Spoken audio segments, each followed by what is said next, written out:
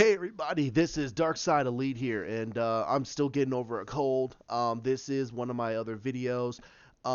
It is gonna be the second of January. I couldn't get this out the first because I'm pretty tired. But this is what I want to talk about because I put in my last video. I want to talk about is J.J. Abrams the guy to handle Superman? I watched Rise of Skywalker. I talked to it with a couple of my buddies and a few people even at my work, and I have come to the biggest conclusion: keep this fucker away from Superman. I'm sorry, there's gonna be some language in here. I'm hoping that we don't have any kids, but this is not gonna be for kids. I am very adult about this. I'm very upset, and I do not want this guy anywhere near Superman. This is gonna have spoilers from Rise of Skywalker, so if you haven't seen it yet, good. Don't see that movie. It's trash. All right, but um, J.J. Abrams, um, there is no denying this guy has a lot of nostalgia for the '80s. It doesn't. He has a lot of love about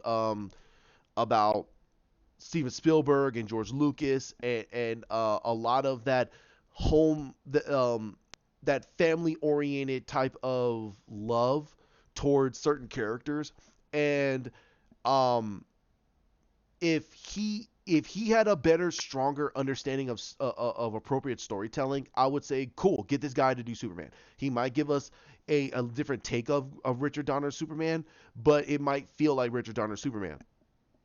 But after watching Rise of Skywalker, and also I have his first Star Trek movie. I have Star Trek Into Darkness. I have that movie. I also watched Lost. I've watched Lost from season one to the last season. I watched Force Awakens, and I also watched Fringe. Fringe is another show that he did, and that show was awesome until someone came along and kind of mollywopped the whole freaking seasons. So here's the thing, and I'm gonna probably get a lot of people flaming me for it, and I personally don't care. This is my personal opinion. This dude should not have go anywhere near Superman. I'm sorry, he should be nowhere near Superman. And here's the reasoning why. He won't adapt the new storyline. He's gonna he's gonna take what Richard Donner did, remake it, and give us the same exact Richard Donner Superman. That's exactly what he's gonna do. This poor guy, this guy is a great director, but he's a sucky script writer and a sucky writer itself. He should have no way near a person writing this. He should have nowhere near writing any script. He should stay the heck away from it. Just direct it. Okay, direct it. His storytelling principles are lackluster.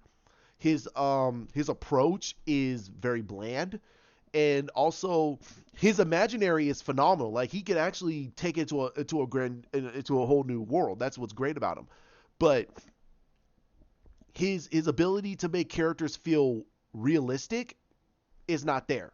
Like I said, here's the thing. I love his first Star Trek. The characters felt like Spock. It felt like Spock. It felt like Kirk. It felt like Uhuru.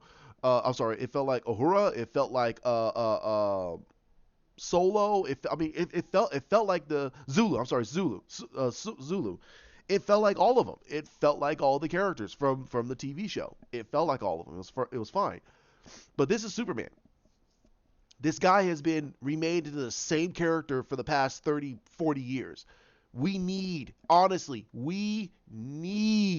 a new interpretation of the character. Tom Wellings was built off of the foundations of Christopher Reeve Superman. Tyler Hoechlin from Supergirl is built on the same foundations of Christopher Reeve Superman. Brandon Routh is the same as Chris. It's the same Christopher Reeve Superman. It's the same guy. So why is it Christopher Reeve Superman? Christopher Reeve Superman is not built off of any version of Superman. His Superman was built off literally the 1960s Superman. That's what it was built off of. It wasn't built off of the classic 1930s because he didn't fly. He didn't have the X-ray. The heat ray. He was able to have the super breath and X-ray vision and the super hearing, and he was able to take a bullet, and he was stronger than 3 or 4 men. That was it. He was able to lift a guy over his head and throw him with one arm. That's it. He wasn't like super powerful, like a take on a meteorite or anything like that. That was way later. So that's what I feel that they're gonna do. That's what I feel he's gonna do with this character. He is not gonna have. He's not gonna basically go back to the drawing board with the Superman. He's gonna keep it exactly how it is, and all of us and all the people that complained about Zack Snyder is gonna eat it up and not and sit there and smile with their with their with their popcorns hanging out their mouths and laughing over this movie, and it's going to be so bland and so two-dimensional. They don't realize that the movie is two-dimensional. They don't realize it. They don't have what it takes to look at a movie and know if the characters are realistic. And if they say, well, it's a comic book, it doesn't have to be realistic. No, the characters have to feel real. They have to feel real. They have to feel like how I would talk to somebody else. How would that person react in a situation? Because some people are not going to sit there and stand and point to the sky and sit there and go, ooh, ah. No, people are going to go, what the? And they're going to run. They're going to run. As much as what all of us complain about people, there's a middle of a monster fight, a big fight between Superman, and why are people running away? Why are they just sitting there and just staring at it? That's how people act. They stay where they're at, and they just look around to make sure can they get away. They don't want to run and eventually get themselves trip over and get themselves into a situation where they're going to get killed. People like to stay where they're at. And I noticed that. And I complained about it years ago. I complained about it many times years ago. I think a lot of us complain, like, dude, get up the heck and run. Just run. No. If they run and trip, they get themselves killed. If they stay in one spot and they know everything is safe, they stay there. That's just part of us.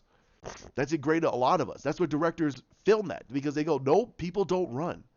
People like to stay where they're at. If they know they're safe, they stay where they're at. The moment that their safe space gets bad, they run. Then they run to another safe space. And that's why I feel that what J.J. Abrams is going to do with this Superman, he's going to keep him basic. He's going to keep him two-dimensional, and he's not going to give him any levels of what I would say antagonism towards who he is. They're going to keep it where everybody loves Superman except his main core villains. And he's not going to bridge off of that. He's not going to change from that, because he feels that if he changes off that, it ruins the dynamic of the character. And that's why he's bland when it comes to storytelling. Now, Rise of Skywalker. He brought back Palpatine. Why? There was no reason to. I said it in my Rise of Skywalker review. There was no reason to bring back Palpatine. They could have used Snoke as the main bad guy of this whole trilogy. It was all Snoke. He wrote in the whole thing that Ben's redemption was because of Rey, which we understood, but to me it made no sense. His character, you gave no true build up to him becoming a good guy again. You never built it up, not in the correct way. All because your middle movie was terrible. Rise of the Last Jedi was terrible.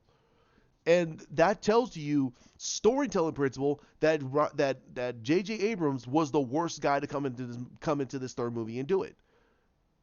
You should have had writers that came in and understood what J.J. Abrams did in the first movie. What the heck did Rian Johnson do in that second movie, and try to either retcon or completely dismiss everything that happened in The Last Jedi and write as like it happened within 2 hours, and here's the real episode 8 and 9 mixed into the movie. It made it flow a lot better. It made the movie longer. So it basically cleans up everything that happened in The Last Jedi and basically made it feel like it was half of a movie. And here's the other half. This is what we should have been having. Here you go. But no, the movie was a mess. The promotions were a mess. The test screenings were a mess. And this is the guy that you want to do Superman? He's the director. He could have said no. But no, he wanted to be the savior of Star Wars. Listen, I can understand directors having an ego. That's fine. But back up your ego. And he can't back up his ego. He can't. James Cameron can back up his ego. Steven Spielberg can back up his ego. These directors can back up their ego. Martin Scorsese can back up his ego. Francis Ford Coppola can back up his ego. All these directors I'm naming can back up their ego.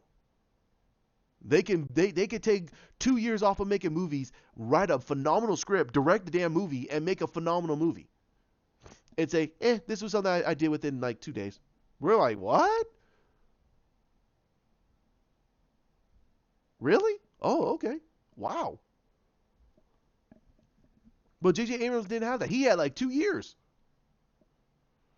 He had almost close to 2 years. And he finale this movie as a big gigantic mess. Rise of Skywalker, the death of Ben Solo, the last of the Skywalkers is gone, and now you left Rey Palpatine. Yes, Rey Palpatine. Rey Palpatine is now a Skywalker by name. That is the worst way to end a saga. You pissed all over George Lucas's work.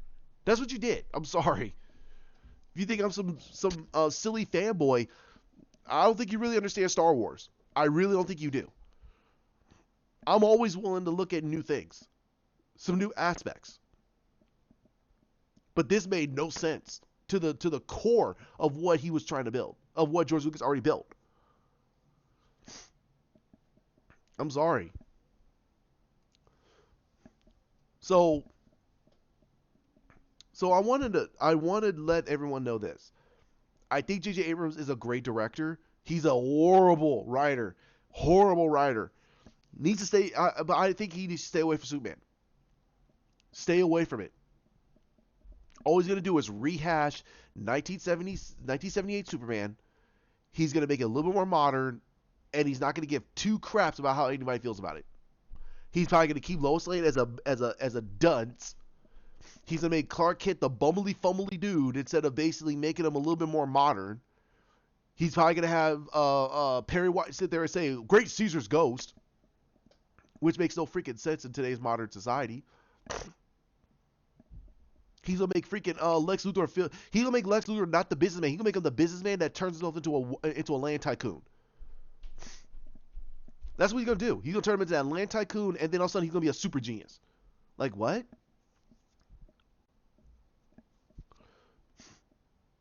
That makes absolutely no sense. He's a land tycoon, but he's also a super genius in fields of molecular biology, mechanics, physics. But he's a land tycoon. Why the hell is he not in charge of a multi-billion-dollar company? Why is he just a land tycoon? So, like I said, he's gonna make things that makes absolutely no sense. No, keep this guy away. I'm sorry, keep him away. Get Christopher McQuarrie. Get Christopher McQuarrie to direct this movie. This guy is going to make us a phenomenal film. He's going to keep it in the vein of that Henry Cavill is happy with. And everybody who's like, I hate what Zack Snyder did, they're going to get their movie. And we get another take on Superman. If it's crap, it's crap. Sorry. There are movies. There's some DC movies I'm going. Ugh, but I'm willing to give it a chance. Always. I'm willing to give some Marvel movies a chance if I know it's going to be good. I'm happy. I want to see Shang-Chi versus versus Mandarin and the Ten Rings. I'm just baffled at the fact is that he made the Mandarin as the main bad guy for Shang-Chi, which they never fought before. He never met this dude.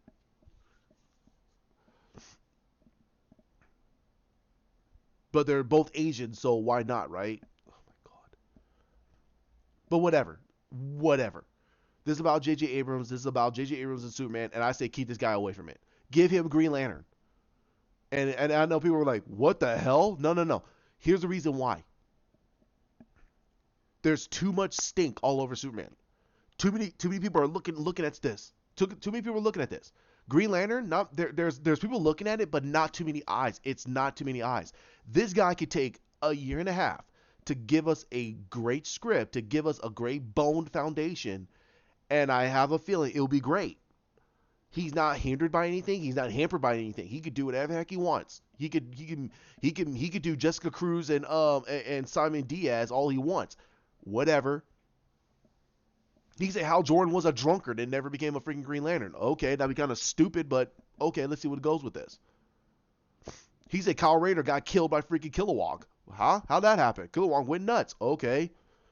Guy Gardner and John Stewart is one of the head Green Lanterns.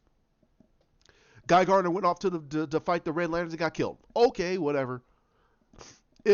Some fans would be pissed the hell off, but let's see what he does. But there's not too much stink all over Green Lantern.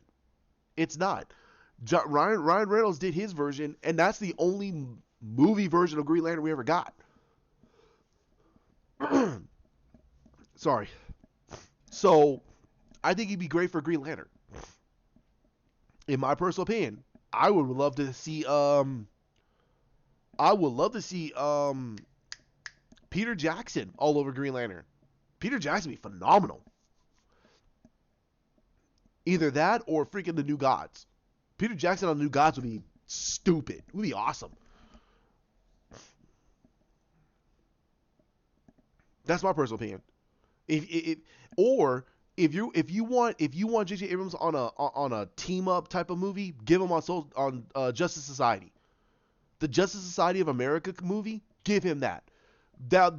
I have a huge feeling that would be up his wheelhouse. If he gives us an offshoot Justice Society of America introducing an older version of Superman, which is the 1930s Superman and a 1930s version of Batman, that wholesome characters, he'd be up his wheelhouse. Be perfectly fine. I would love to see it. I would love to see Steven Spielberg do his Blackhawks movie. Oh my God. A war movie by Steven Spielberg? Great. Back in World War II? Phenomenal. About a group of allies of different ethnic backgrounds all teaming up to taking on the Nazi regime and gathering ancient artifacts. Sounds like freaking Indiana Jones to me. Great. Give us that. But keep J.J. Abrams away from a modern Superman. He will F it up. I'm sorry. That's how I feel. You guys could argue, flame down below, comment, share, subscribe down below. What do you guys think? After watching Rise of Skywalker, keep him the hell away from it. Keep him the F away from Superman. He is terrible. It will be terrible. It'll be the worst thing. It will be terrible. Let him have Green Lantern. Let him have Justice Society of America that will fit up his wheelhouse. Give him something that fits the motif of what he wants to do. That'd be great. Just keep him away from modern Superman. Hell, I'll say keep this guy away from I'm sorry. I say keep this guy away from Shazam. Keep him away from that. He'll tear it apart. It'll be garbage. All right, you guys have a great one. And man, J.J. Abrams. Ugh. You have a good one. Bye.